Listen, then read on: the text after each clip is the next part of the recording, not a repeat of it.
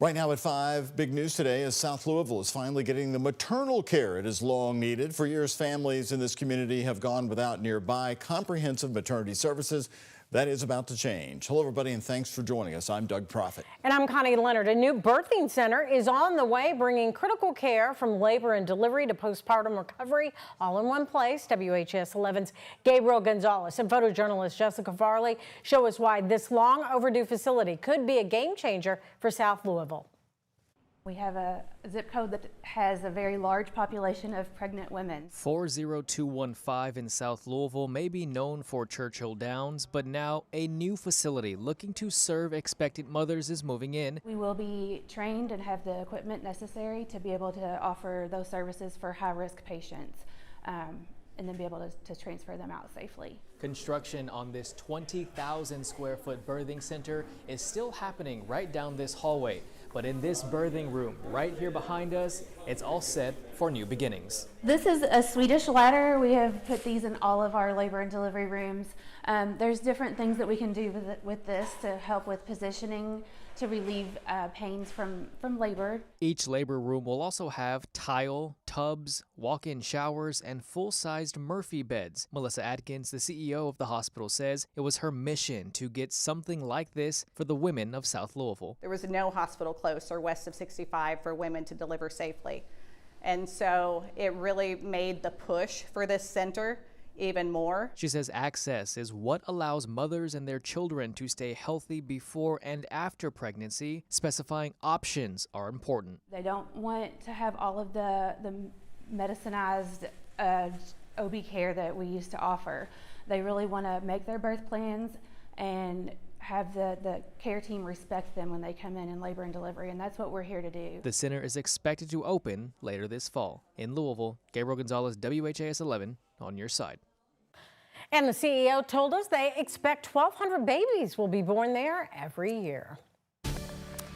Waves of rain and moving across Kentuckiana today. It was hard to dodge them, and our chief meteorologist Mallory Schnell showing the radar active and alive once again at this hour. Mallory? Yes, good evening, you both. Yes, we will be keeping those rain chances around for the next couple of days through about Wednesday.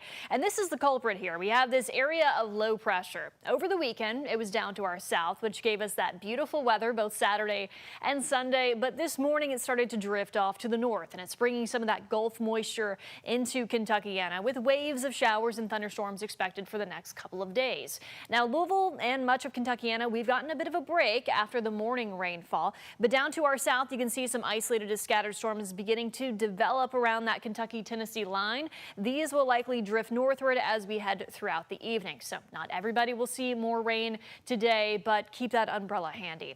Temperatures staying warm in the 70s across the region. Those dew points, those have picked up. So we're feeling much more of that humidity today compared to yesterday, with dew points well into the 60s. And overall, expect a muggy week on tap. Hour by hour futurecast throughout the rest of this evening. Once again, few isolated showers or thunderstorms remain possible. But once that sun sets, of course, we lose that daytime heating and fuel. So we are trending drier overnight under partly cloudy skies with warm temperatures in the 60s. We do have the full flower moon tonight. That does look to rise just after 9 p.m. It'll be sticking with us through 6 o'clock tomorrow morning. Once again, partly cloudy skies on tap. We'll talk much more about our forecast through the rest of the week coming up in just a bit. Mallory, thank you. More of our top stories here at 5 o'clock. American Israeli hostage Eden Alexander has now been freed. He had been held hostage by Hamas since October 7th, 2023. His release today comes after negotiations between the United States and Hamas. Fighting was temporarily put on hold while Alexander was being released. Here's ABC's Perry Russum. The convoy carrying Eden Alexander, the last living American held captive by Hamas, leaving Gaza. The Red Cross transporting the American-Israeli to safety after more than 19 months in captivity. Oh my God, Eden! His parents waiting on Israel's side of the border with Gaza. Alexander's mother speaking to him by phone, the first time they've spoken in 589 days. I love you, and I'm gonna see you, soon. And finally, late today, the emotional moment. Alexander reuniting with his mother. His family in Israel cheering as they heard the news of his release. They're chanting Eden, Eden. Doron Zexer's family hosted Alexander while he was serving in Israel's military. Zexer says their family is strong again, together again. This is a new day. This is a new day. In Alexander's hometown of Tenafly, New Jersey, crowds dancing in celebration. Alexander was taken hostage by Hamas during the attack on October 7th. At the time, he was 19 years old. He spent 2 birthdays in captivity. Hamas releasing the now 21-year-old as a sign of goodwill ahead of President Trump's trip to the Middle East this week. We hope that we're going to have other hostages released too, as you know. Israeli Prime Minister Benjamin Netanyahu today thanking Trump and his own military for applying pressure on Hamas. Israel says 58 hostages remain in captivity. President Trump, please don't stop. Don't leave us alone. This is only the first step. Do whatever is necessary to bring every last one home. This is believed to be the first time the U.S. has held direct talks with Hamas, a designated terrorist organization, bypassing Israel to secure Alexander's release. Perry Russum, ABC News, Washington. The other big headline today, President Donald Trump's 90-day deal with China to scale back tariffs on each other's goods. It was welcome news for Republican Senator Rand Paul, who was in Louisville today talking to business leaders. Isaiah Kim Martinez and senior photojournalist Alyssa Newton were there. And Isaiah, we heard Rand Paul give Donald Trump some credit today for those trade policies. Doug, Connie, we have seen that, but rare occasions. Rand Paul said it appears the president is making some progress in his strategy to tax other countries into negotiating better long-term trade deals with them. I also asked about the fight, though, over Medicaid funding and the question of just how many Kentuckians could be affected. Kentucky Senator Rand Paul in Louisville sharing his big view on proposed cuts to Medicaid. I think everything needs to be looked at. There need to be reforms. Where do we cut? Everywhere. Everywhere has to be cut. If you're an able-bodied person, maybe there needs to be a work requirement for Medicaid. And then maybe if you got used to working again, maybe you'll actually go and work and get a job with insurance. You trust the president, though, in his tactics?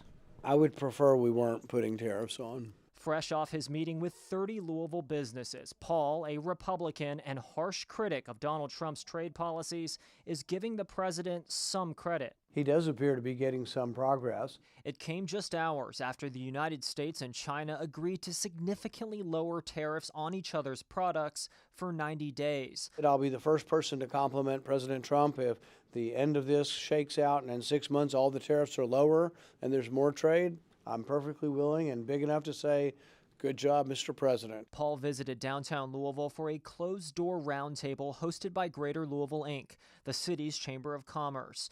We're told executives from the healthcare, manufacturing, and bourbon industry were all present to discuss the impact of Trump's tariffs. I think the general tenor of the room was, supportive of the position that we shouldn't be adding so many tariffs. Again, that was a closed-door meeting with GLI, so we couldn't actually see what they were talking about. Now, still to come tonight, we hear from a Kentucky farmer who produces corn, soybeans, and wheat. We'll have his reaction to this 90-day temporary deal with China and how that impacts his business. That's coming up here at 6. Doug. Isaiah, thank you very much. More of our top stories here tonight at 5 o'clock. A former U of L doctor is facing child abuse charges tonight.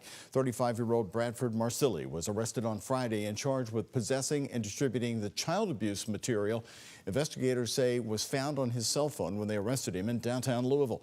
Court documents reveal that from June of 2024 through January of this year, Marsili knowingly had material in his possession visually depicting a sexual performance by a minor, end quote. Following an online tip, police uncovered around 70 pictures and videos. Police say 10 of the images were distributed on social media. In a statement, a spokesperson for U of L says Dr. Marsili was immediately placed on leave by the university on Friday when notified of these charges. The university is fully cooperating with law enforcement in this matter. Marsili is due back in court a week from today. Right now, there's an active death investigation after police found a woman's body lying in an interstate in Shelby County. Police say 24-year-old Brianna Perry of Lexington was found about a mile away from the Simpsonville exit of I-64 on Friday night. They didn't say how she ended up there. The autopsy results are pending. Also here tonight, support is pouring in from all over Kentuckiana to rebuild the cottage at Tingles Plants and Produce. That's right in Pee Wee Valley across the Jefferson County line. As you know, the Oldham County Plant Nursery and Antique Store suffered a break-in and fire last Thursday. Owner Vicki Tingles says she lost half of her plant inventory going into the big Mother's Day weekend, this past weekend being one of the busiest times of the year for them as well. Despite the damage, this year wasn't any different. And just buying plants, if they need them or not. They're just like, they're buying a $4 plant and saying, here's $100, keep the change. That's video of a man on the property leaving it right after the fire was reported. Here's surveillance video recovered from the fire. Vicki sees that hooded man leaving the store 3 hours before the fire. She found the charred cash register empty. Oldham County fire officials tell us they're still investigating the exact cause of what happened there in near Pee Wee Valley.